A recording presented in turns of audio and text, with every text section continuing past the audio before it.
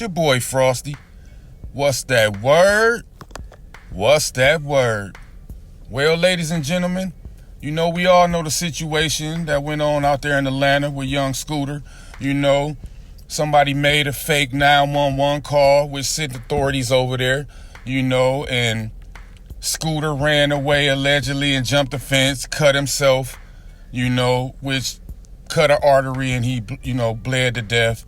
You know, the person who made the fake 911 call, you guys got to hear this. This is really disgusting, and this is a bad move on her. I got the content. I'm going to run the content. But before I do, make sure y'all hit that like button. And if you new here, do me a favor and please subscribe. If you ready, I'm ready. Let's go. This morning while you were sleeping, we got the mugshot of 31-year-old Demetrius Spence, who Atlanta police say placed a fake 911 call that ended in the death of Atlanta rapper Young Scooter.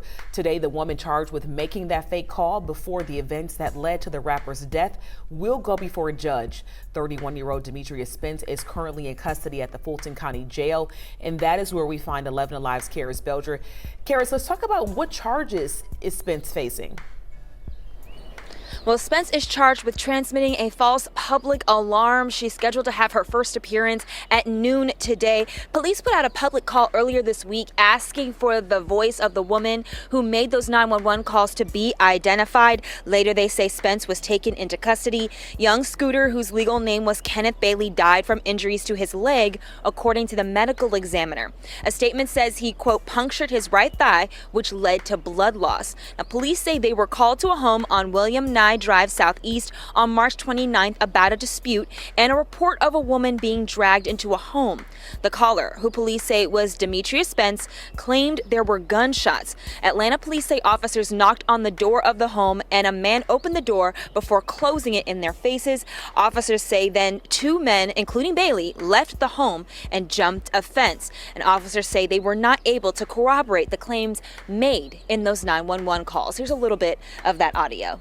The situation that's going on right now, this girl doesn't have on any clothes. They threw her outside. He was fighting the girl. It sounded like they were fighting over drugs. And they started shooting. But the house needs to be investigated. They're definitely doing illegal stuff over there.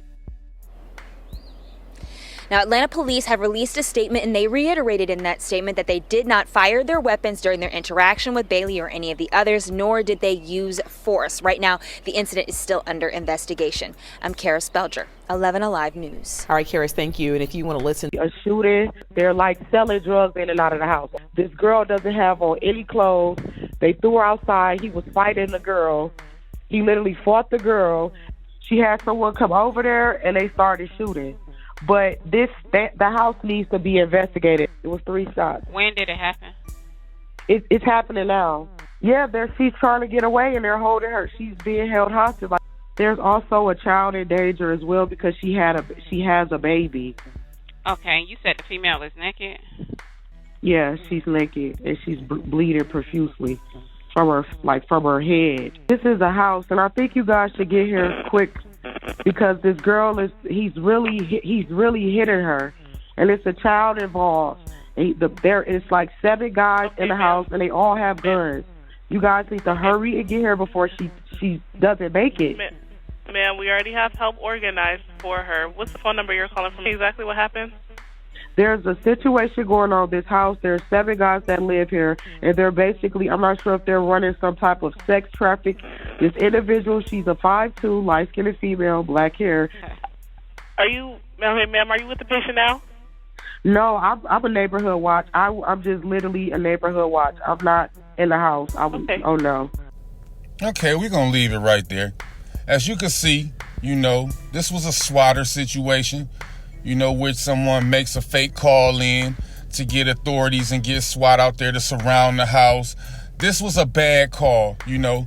Allegedly, of what's going on, you know, this woman was having dealings with one of Young Scooter homeboys, and which in turn, this guy is probably messing around with another female, which got her all in her feelings. So she called, make this fake, I don't know where she came up with this story from, made this story up, ran it on authorities, which in turn had them surround the house, okay, and Scooter answered the door, slam the door in the police face, him and his homeboy take off running. Okay, he jumped a couple fences. They saying he cut his leg, and cut an artery and he bled to death. There was no gunshots. The police saying that the story that the girl made, they see none of that. This is a bad situation, but as y'all can see, they got her. And basically they saying they granted her bond already this morning. But, this just goes to show how women could just make up stuff and say anything and it's ran with. Man, y'all jump in the comment section and let me know what y'all think about this. It's your boy Frosty. Until next time, finito.